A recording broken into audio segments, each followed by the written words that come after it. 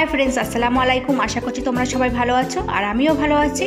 আমার সুইটি মাম্মিস কিচেনে একটা নতুন রেসিপি নিয়ে আমি চলে এসেছি। আজকে আমি বানাবো কাঁচকলার চিপস। তো চিপস খেতে কে না ভালোবাসে, তো আজকে করে দেখাবো আমি কাঁচকলার চিপস। আশা করছি তোমাদের এই রেসিপিটা খুব ভালো লাগবে। তো আমি ফার্স্ট এখানে কাঁচকলাগুলো গোল গোল করে কেটে নিয়েছি, তারপরে একটু গরম পানি আর সঙ্গে একটু হলুদ আর একটু লবণ দিয়ে আমি ভালোভাবে 1 ঘন্টা কি আধ ঘন্টা মতো ভালোভাবে ভিজিয়ে রাখছি কলাটাকে।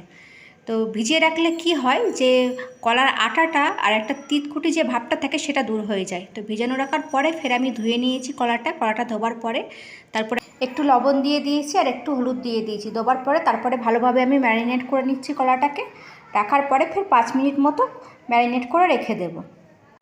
5 মিনিট পর কলাটাকে আমি ম্যারিনেট করে রাখার পর তারপরে একটা কড়ার মধ্যে রেপসির তেল গরম করে নিয়েছি হালকা করে। তারপরে আমি অল্প অল্প করে কাঁচকলাগুলো ভেজে নেব চিপসের মতো করে। কিন্তু এখানে আমি অল্প অল্প করেই কাঁচকলাগুলো নিচ্ছি, একবারে নিচ্ছি না, যেহেতু একবারে কাঁচকলাগুলো ভাজা যাবে না, এক একটা কাঁচা থেকে যাবে। তারপরে আমি ধিমা আছে আমি কলাটাকে ফার্স্ট গলিয়ে নিয়েছি আর দেখতে পাচ্ছ আমার কলাটা একদম গলে গেছে। তারপরে আমি জোরে আছে ভালোভাবে কলাটাকে ভেজে নেব। তো বেশ আমার কলাটা আধ হওয়া মতো ভাজা হয়ে গেছে আর বেশ বাদামি বাদামি কালার হয়েছে। তারপরে আমি ফার্স্ট ছেঁকে নিচ্ছি। এরপরে আমি ফের রাখা কলাটাও এই প্রসেসেই ভেজে নেব। তো রাখা কলাটাও এই প্রসেসে ভাজার পরে সব কলা ফের ওই কড়ার মধ্যে দিয়ে আমি ভালোভাবে নাড়াচাড়া করছি।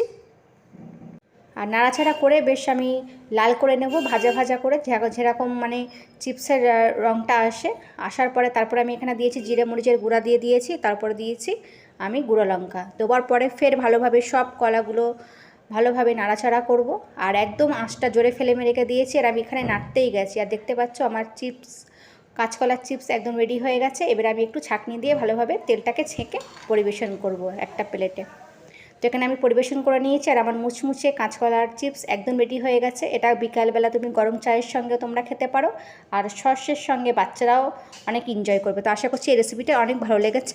আমার এই রেসিপিটা অবশ্যই তোমাদের ভালো লেগে থাকলে আমার চ্যানেলকে সাবস্ক্রাইব করুন, লাইক করুন অ্যান্ড শেয়ার করুন। আর আপনারা সবাই নতুন নতুন রেসিপি পাওয়ার জন্য আমার কমেন্ট বক্সে জানান যে আপনারা কি রেসিপি দেখতে চান।